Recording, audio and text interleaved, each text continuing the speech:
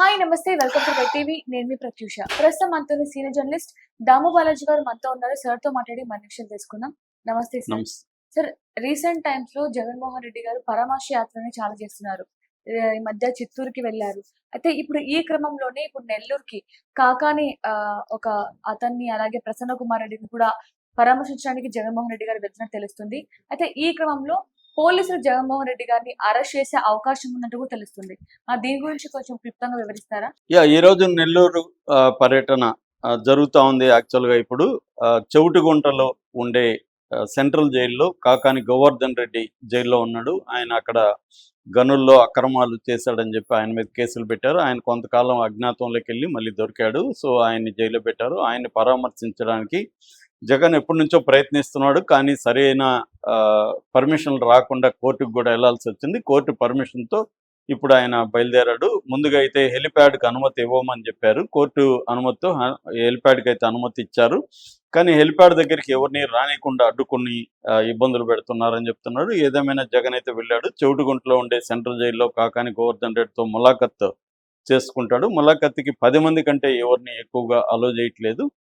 దాని తర్వాత అక్కడి నుంచి సుజాత నగర్లో ఉండే నల్లపరెడ్డి ప్రసన్న కుమార్ రెడ్డిని ఆయన అయ్యప్ప గుడి వేదం మీదుగా గవర్నమెంట్ జనరల్ హాస్పిటల్ దాటుకొని సుజాత నగర్లో ఉండే నల్లపరెడ్డి ప్రసన్న కుమార్ రెడ్డిని ఆయన చేయాలి. ఎందుకంటే వేమిరెడ్డి ప్రశాంత్ రెడ్డిని ఈయన దుర్భాషలాడాడని, నీచంగా మాట్లాడాడని చెప్పి తెలుగుదేశం కార్యకర్తలు వాళ్ళ ఇంటి మీద దాడి చేశారు. సో అందుకని ఆయన్ని కూడా పరామర్శించి రావడానికి ఈ 2 ప్రోగ్రాములు పెట్టుకున్నాడు. ఈ 2 కూడా ప్రజలకు సంబంధించిన ప్రోగ్రాములు కావు, పార్టీకి సంబంధించిన ప్రోగ్రాములు.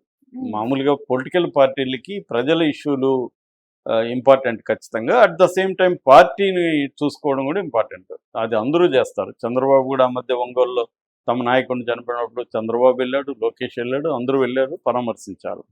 ఎందుకంటే అది చాలా ఇంపార్టెంట్. తమ కార్యకర్తలకు ఇబ్బందులు వచ్చినప్పుడు, నాయకులకు ఇబ్బందులు వచ్చినప్పుడు వెళ్ళి వాళ్ళని పరామర్శించి రావడం. జగన్ కూడా అదే పని చేస్తున్నాడు. అయితే ఇక్కడ ప్రాబ్లం ఏంటంటే, జగన్ వైపు నుంచి ప్రాబ్లం ఏంటంటే, జగన్ దాన్ని బల ప్రదర్శనగా చేయడం, దాని ఒక ఉద్రిక్త వాతావరణాన్ని క్రియేట్ చేయడం, ఒక వార్ కైండ్ ఆఫ్ సిచ్యువేషన్ని రాష్ట్రంలో క్రియేట్ చేయడం అనేది జగన్ చేయడం మొదలుపెట్టాడు. దీనికి జగన్ వైపు నుంచి కారణాలు ఏంటంటే, అతని మీద, జగన్ పార్టీ మీద, జగన్ కార్యకర్తల మీద దాడులు, అక్రమ అరెస్టులు, రకరకాల వేధింపులు జరుగుతున్నాయి. కాబట్టి దీని నుంచి బయటకు వచ్చి ఒక అగ్రెసివ్ దీంట్లోకి తీసుకురాకపోతే పార్టీ నిర్వీర్యం అయిపోతుంది. అది జగన్కు అవసరం. అందువల్ల జగన్ ఇవి చేస్తున్నాడు.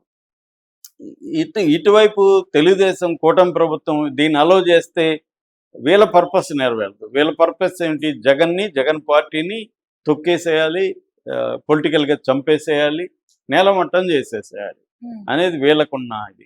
ఒకప్పుడు ఏంటంటే శత్రువుని బతికించి పోరాటం చేయాలనేది కాన్సెప్ట్ ఉండేది రాజకీయాల్లో.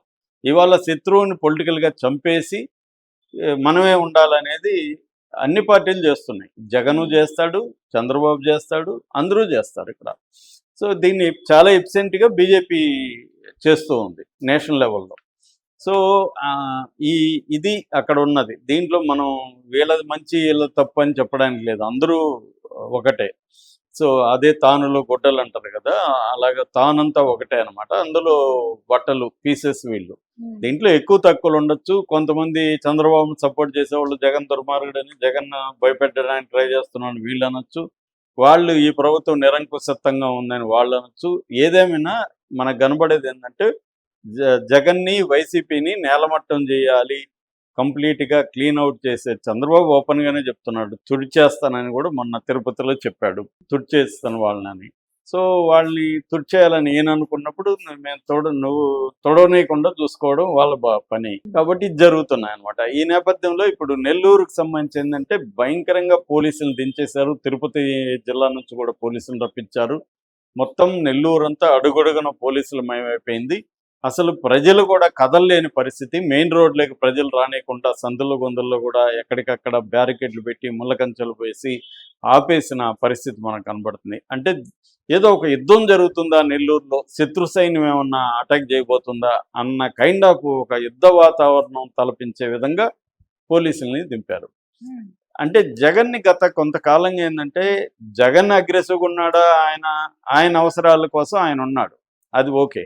కానీ తెలుగుదేశం మీడియా కానీ కేడర్గా తెలుగుదేశం నాయకులు కానీ ఎలా ప్రొజెక్ట్ చేస్తున్నారంటే జగన్ని, అమ్మ పెద్ద రాక్షసుడు వచ్చేసాడు, పెద్ద ఎవడో వచ్చేసాడు, కొంపలు మునిగిపోతాయి అన్నట్టుగా ఓ అని వేస్తున్నాడు. జగన్ ప్రతి కథలకిని వీళ్ళు హైలైట్ చేస్తున్నారు. మొన్న బొట్టు పెట్టుకున్నాడు, బొట్టు పెట్టుకొని గడ్డం సేవ్ చేయలేదు, అది తెల్లబడింది, గడ్డం తెల్ల వెంట్రుకలు ఉన్నాయి.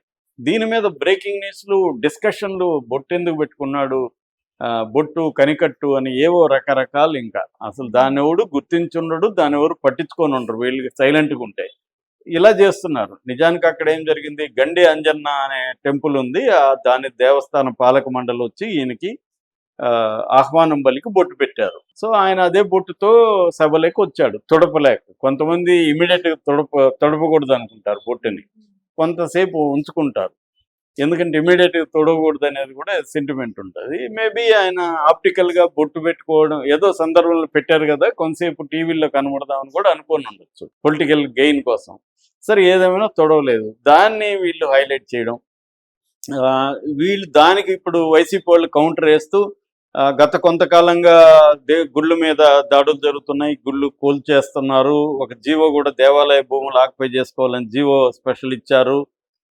తర్వాత నాసిరకం గోడగూలి, ఆ మధ్య అక్కడ అన్నవరంలో గోడగూలి జనం చనిపోయారు, తిరుపతిలో తొక్కిసలాట్లో జనం చనిపోయారు, తర్వాత 192 గోవులు చనిపోయినప్పుడు వీళ్ళు ఉద్యమాలు చేయలేదు, తర్వాత అక్కడ 25 కోర్మ దేవాలయంలో 25 తాబేళ్లు చనిపోతే వీళ్ళు ఉద్యమాలు చేయలేదు, తిరుమలలో ముస్లింలు ప్రార్థన చేస్తే వీళ్ళు ఉద్యమాలు చేయలేదు, మంత్రాలయంలో ముస్లింలు నమాజ్ చేస్తే వీళ్ళు ఉద్యమాలు చేయలేదు, తిరుమల మీద ఫ్లైట్లు వెళ్తామంటే వీళ్ళు ఉద్యమాలు చేయలేదు.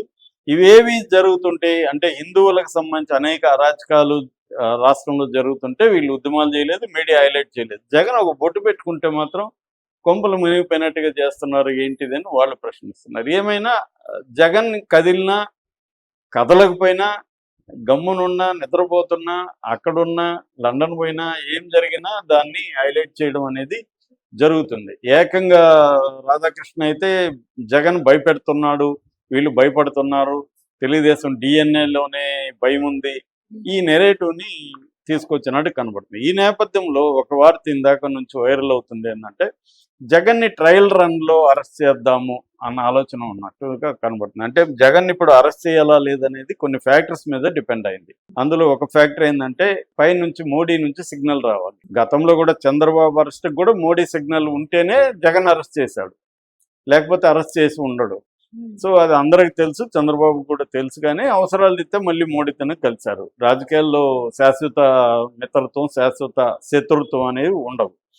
అలాగే ఇప్పుడు జగన్ని అరెస్ట్ చేయాలంటే మోడీ సిగ్నల్ ఒకటి. 2, తనకి లాభమా నష్టమా జగన్ని అరెస్ట్. ఇప్పుడు చంద్రబాబు అరెస్ట్ అనేది పోస్ట్ ఫ్యాక్టరల్ అనాలిసిస్ చేసినప్పుడు, అంటే ఒక విషయం జరిగిపోయినాక అనాలిసిస్ని పోస్ట్ ఫ్యాక్టరల్ అనాలిసిస్ అంటారు. అలాంటి అనాలిసిస్ చేసినప్పుడు చంద్రబాబు అరెస్ట్ వల్ల చంద్రబాబుకి లాభం, జగన్కి నష్టం జరిగాయి అనేది ఇవాళ అందరూ వచ్చిన కన్క్లూజన్.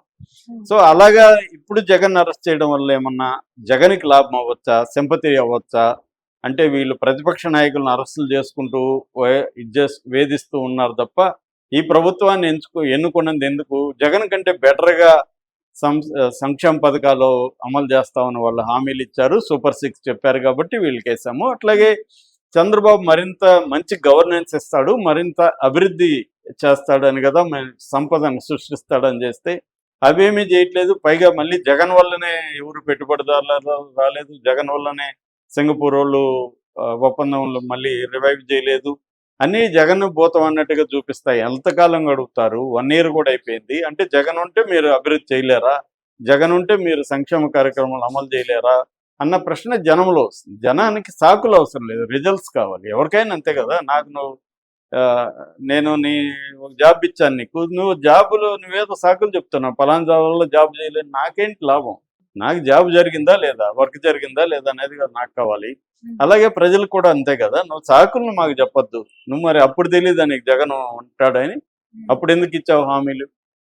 సో కాబట్టి నువ్వు ఏం చేస్తావో తెలియదు, మాకు నువ్వు చెప్పింది చేయాలనేది ప్రజల్లో ఉంటుంది. ఈ టైంలో జగన్ అరెస్ట్ చేస్తే లాభమా నష్టం అనేది చూసుకోవాలి.